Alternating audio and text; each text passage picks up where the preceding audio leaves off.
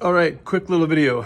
I have the Maytag 2000 series, and the other day the F09 E01 error came up here, and Googled it. It says it's the drain pump system. I didn't find any current videos for this model. I found some for another. Anyways, so when that happens, you get down on your knees, and if you're old like me, it hurts. So I already popped this off, but underneath at the bottom here, you'll find 3 little machine screws. Go in those holes, 1, 2, 3.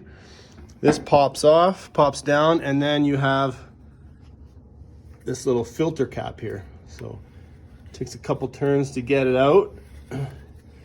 If you have run the cycle, there might be a lot of water that comes out of here.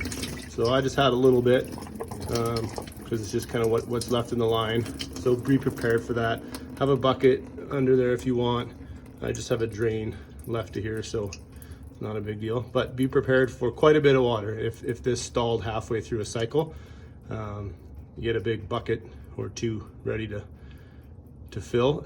So yeah, anyways, this was full of this junk over here. Masks and stuff. Nowadays we have masks to deal with, so they get caught and plug stuff up. There's about $4 and change in there too. Anyways, so one thing I did was I got some silicone grease. This brake lubricant works. It's a silicone grease. Those are the 3 little screws. I put some silicone grease on here.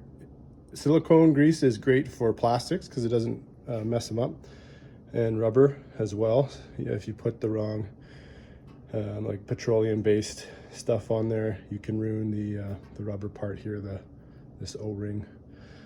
Anyways, because I found it really tough to get out. This is pretty stiff, but once I put that silicone grease on there, boom, slips right in. So yeah, there's these little tabs here that just pop up, put the 3 screws back in, and boom, you're in business.